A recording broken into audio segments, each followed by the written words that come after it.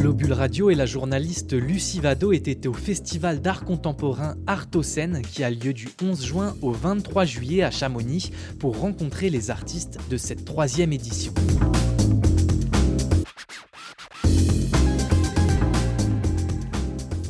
Globule Radio et sa journaliste Lucie Vado étaient au festival Artocène pour sa 3e édition. L'exposition aborde la thématique du vide sous 3 aspects dont la verticalité du paysage. Pour expérimenter le vide terrestre, il faut que se ressente physiquement la gravitation et qu'un abîme s'ouvre devant nous. En montagne, il s'agit alors de prendre de la hauteur et d'éprouver dans notre corps la verticalité qu'offre la vue du fond de vallée. C'est une expérience sensible, élémentaire, quoique déroutante, qu'évoque le premier volet de l'exposition principale, la verticalité. Lucie Vado a rencontré Clément Richem pour cette 3e édition du festival. C'est un artiste plasticien. Il présente une de ses plus grandes œuvres sculpturales à Chamonix, au musée alpin, que vous pouvez contempler jusqu'au 23 juillet. En miniaturisant la vallée, l'installation de Clément Richem se propose de matérialiser ce vide entre les reliefs, tout en soulignant l'habitabilité. Il relève la fragilité des installations humaines au regard du paysage alpin. Lucie Vado est allée rencontrer Clément Richem et elle le questionne sur son rapport au vide avec son œuvre d'art.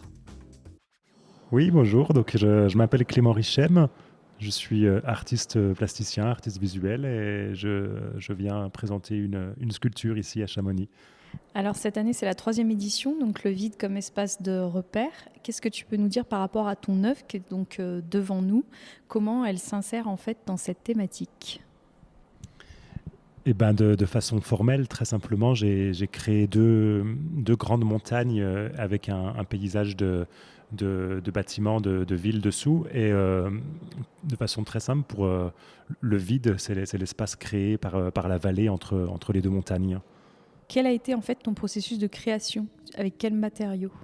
En fait, c'est une œuvre qui... une partie de l'œuvre, des tout petits bâtiments en argile, ont été faits il y a assez longtemps, il y a déjà 8 ans, et c'est une installation de sculpture que j'ai déjà exposée de nombreuses fois.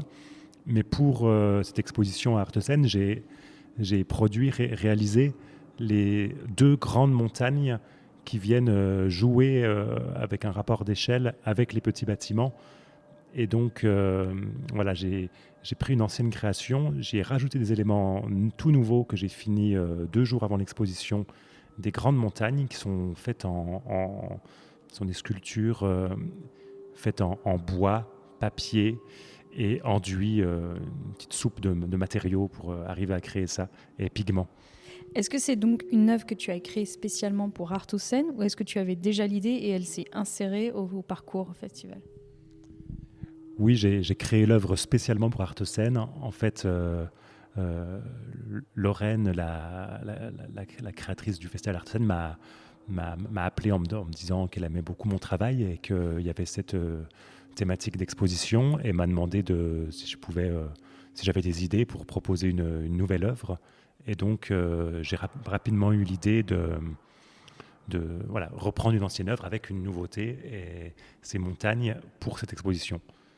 Donc, c'est le lieu qui m'a inspiré cette œuvre. Au niveau de la durée, en fait, parce qu'on est impressionné par la verticalité en fait, des montagnes, cet espace de vide aussi qu'il y a derrière, mais combien de temps il t'a fallu pour cette création? Pour les petits bâtiments en céramique qui ont été faits, il y a déjà eu environ 8 ans et qui ont été faits en fait sur 2 ans peut-être.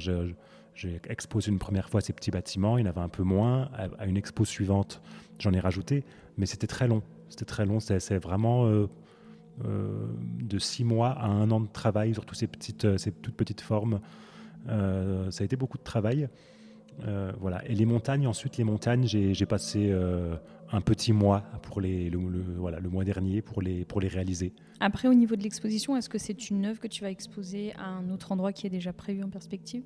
Alors, c'est pas prévu en perspective, mais bien sûr, après, les montagnes existent et j'aimerais bien les réexposer ailleurs, comme d'autres œuvres à moi qui sont exposées plusieurs fois.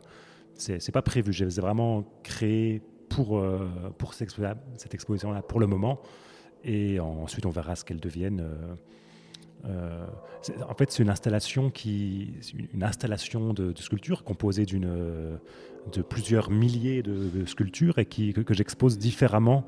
À chaque exposition, je la range différemment. Là, selon l'espace, selon la taille de l'espace, selon le lieu, elle peut prendre des formes différentes. J'ai observé hier en fait que tu as dissimulé du sable un peu partout, mais c'est pas du tout la même qualité qu'aujourd'hui. Tu peux nous expliquer le processus en fait d'installation, ne serait-ce que par rapport au sable? L'installation est saupoudrée de sable sur toute sa surface, qui vient visuellement faire un liant visuel pour harmoniser tout ça. Et aussi pour moi, symboliquement, le sable en fait représente pour moi le